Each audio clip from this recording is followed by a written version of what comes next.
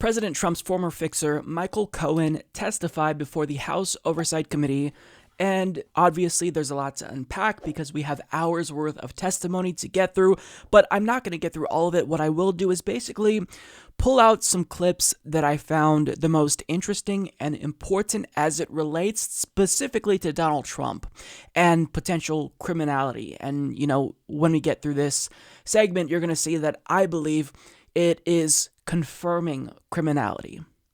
Now, there are other moments that were pretty interesting. There was a blow-up between Mark Meadows and Rashida Tlaib where she called him out for an act of racism, and that got pretty heated. I don't want to talk about that specifically, but I would encourage you to watch it just because what she did was great. But I will talk about Donald Trump and what I think this means for him, and whether or not we can trust Michael Cohen.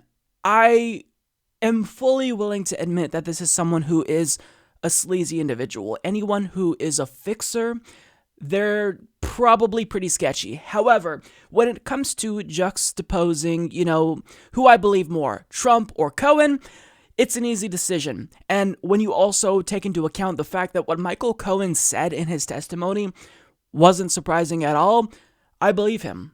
Now, the biggest revelation is essentially confirmation that it was, in fact, Donald Trump who directed Michael Cohen to give Stormy Daniels the bribe to keep quiet so she didn't spill the beans about their affair and hurt his chances going into 2016. He brought checks that Trump made to him, gotcha, bitch. And I think that this pretty much confirms criminality. Not necessarily in the legal sense, because there's still more investigations that need to be done. However, just in the court of public opinion, I don't know how you can hear him, listen to his testimony, and see the checks and not think Trump's guilty. Now, we're going to get to a couple more specifics, but let me just play a compilation video from The Guardian where they just go through some of the highlights here. And again, keep in mind, I'm showing you this because I think it's important, but none of what Michael Cohen says here in his testimony should surprise anyone if you've been paying attention. I know what Mr. Trump is. He is a racist, he is a con man, and he is a cheat. Mr. Trump knew of and directed the Trump-Moscow negotiations throughout the campaign and lied about it. He lied about it because he never expected to win.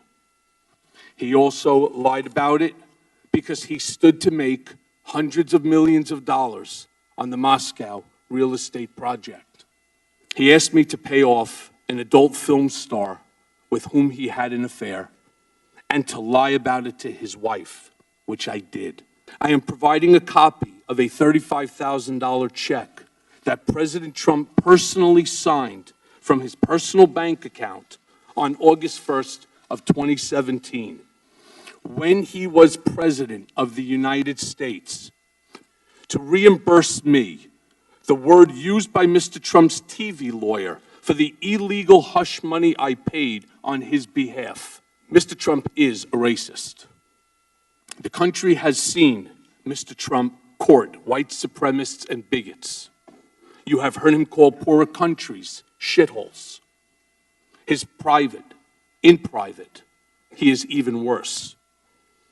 He once asked me if I could name a country run by a black person that wasn't a shithole. This was when Barack Obama was president of the United States. And while we were once driving through a struggling neighborhood in Chicago, he commented that only black people could live that way. And he told me that black people would never vote for him because they were too stupid. A lot of people have asked me about whether Mr. Trump knew about the release of the hacked documents, the Democratic National Committee emails, ahead of time. And the answer is yes. In July of 2016, days before the Democratic Convention, I was in Mr. Trump's office when his secretary announced that Roger Stone was on the phone. Mr. Trump put Mr. Stone on the speakerphone. Mr. Stone told Mr. Trump that he had just gotten off the phone with Julian Assange, and that Mr. Assange told Mr. Stone that within a couple of days, there would be a massive dump of emails that would damage Hillary Clinton's campaign. Mr. Trump responded by stating to the effect, "Wouldn't that be great?" Donald Trump is a man who ran for office to make his brand great, not to make our country great. He had no desire or intention to lead this nation, only to market himself and to build his wealth and power. Mr. Trump would often say this campaign was going to be the greatest infomercial in political history. Yeah, so none of that was surprising to me whatsoever. In his opening testimony, he referred to Donald Trump as, quote, a racist, con man, and a cheat. No shit. And, I couldn't help but think while watching Michael Cohen's testimony that running for president was the worst thing that Donald Trump ever did, because I got this sense that Donald Trump is someone who's basically a mob boss, but not any old mob boss. Like, he is the star of a slapstick comedy where he plays a dumb, ditzy mob boss who leaves a trail of breadcrumbs everywhere he goes that leads back to his criminality. That's essentially what I took away from this, because Donald Trump is everything we thought that he was. If you want to take Michael Cohen at his word, and I pretty much believe him in most of what he says here, if not all of what he says here. He says Trump knew about and directed the Moscow negotiations with regard to Trump Tower being put in Moscow. Yeah, I mean, this, I think, is at the heart of the Trump-Russia investigation, and it's why once Mueller expanded his investigation to include Trump's shady business dealings, that's when this really became a serious story. Because if you talk about collusion between Donald Trump and Russia, and treason potentially, I mean, that's just a stretch. But when you're talking about business dealings, yeah, Donald Trump is a corrupt, shady, sketchy individual who conducted his businesses in an unethical way. I mean, I think that you could probably throw a dart at a map on the wall, and whatever country that dart lands on, you'd find some type of shady business dealings there involving Donald Trump, because that's just the type of person he is. More here. He asked me to pay off a porn star and to lie to his wife about it. Not surprising. Mr. Trump is a racist. In private, he's even worse. He once asked me if he could name one country run by a black person that wasn't a shithole. And this was when Obama was president. When we were driving through a struggling neighborhood in Chicago, he said only black people could live this way and that they were too stupid to vote for him.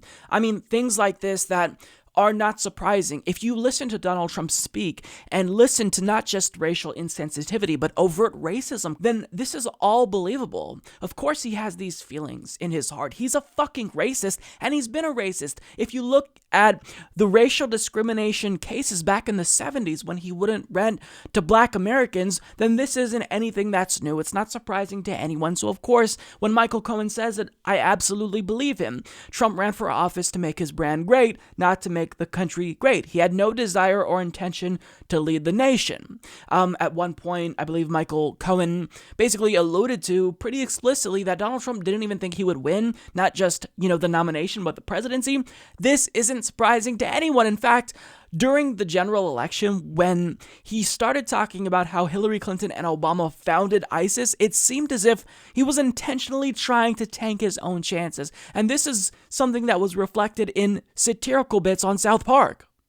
When Mr. Garrison was Donald Trump and he didn't want to win and he was trying to tank his chances at the debate, but it was only making him more popular by getting more stupid. Another aspect here that I want to touch on. Roger Stone reportedly talked to Julian Assange and he let Donald Trump know that there would be a DNC email dump, and Donald Trump thought that that was great. Now, let me just say this because this gets lost in the discussion.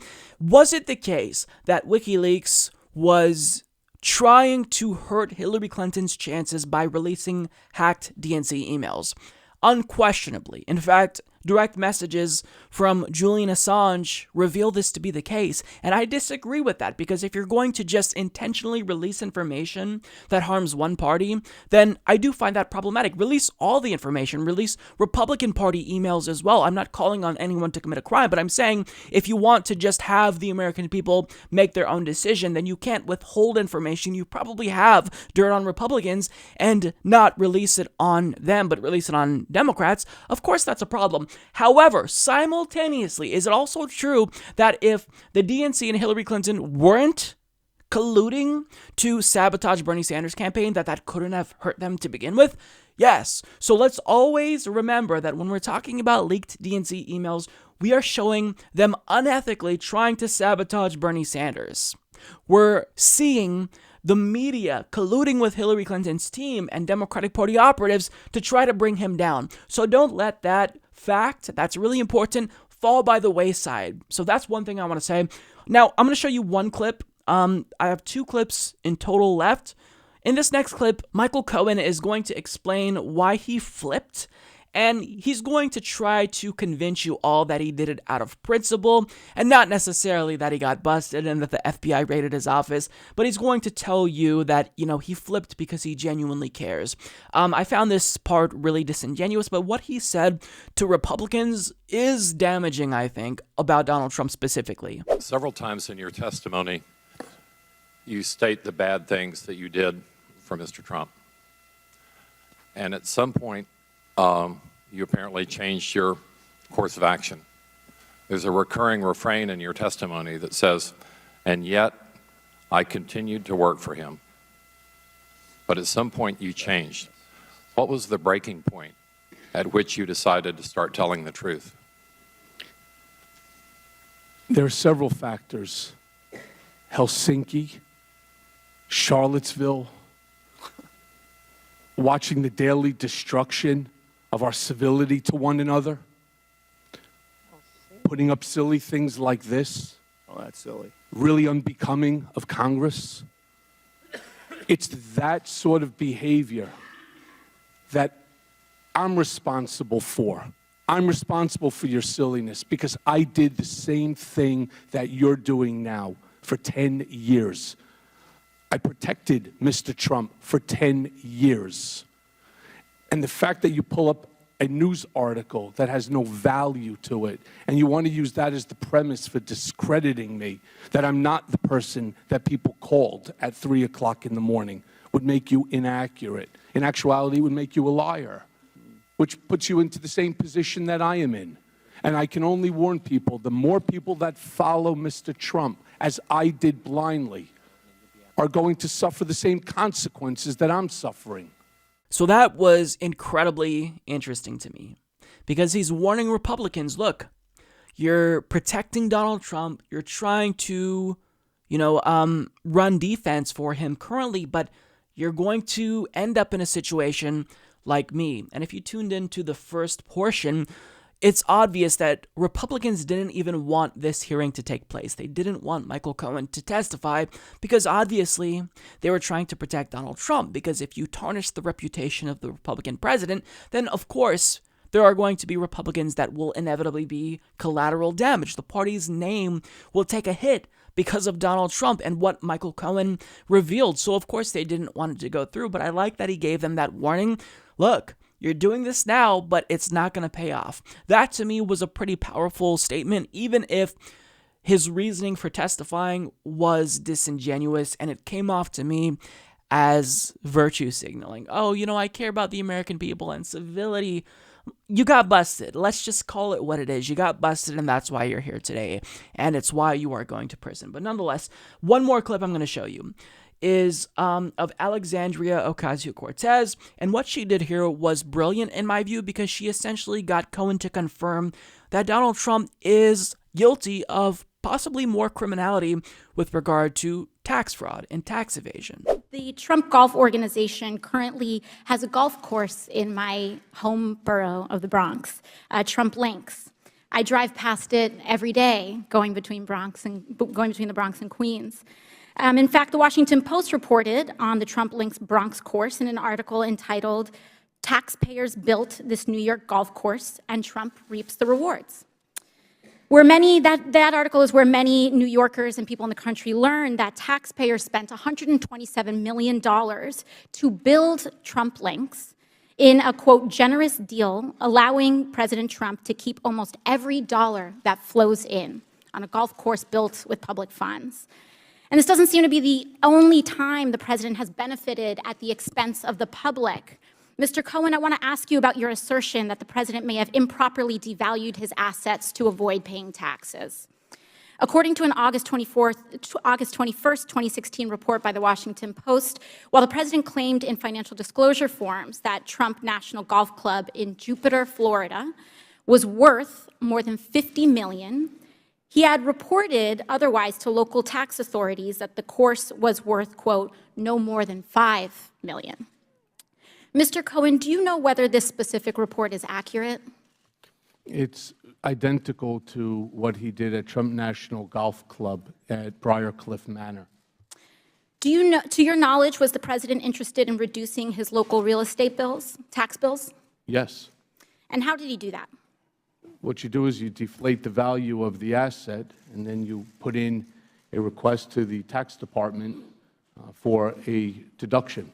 Thank you. That to me stood out because Cohen is admitting that Donald Trump basically is, in fact, and was doing, and is still benefiting from these tax schemes where he's intentionally and artificially devaluing his property so he can pay less in taxes. It's just despicable. And what was the first major legislative achievement that he got as president? He reduced his own taxes. So Donald Trump is about one thing and one thing only, not making America great again, but boosting his own personal wealth.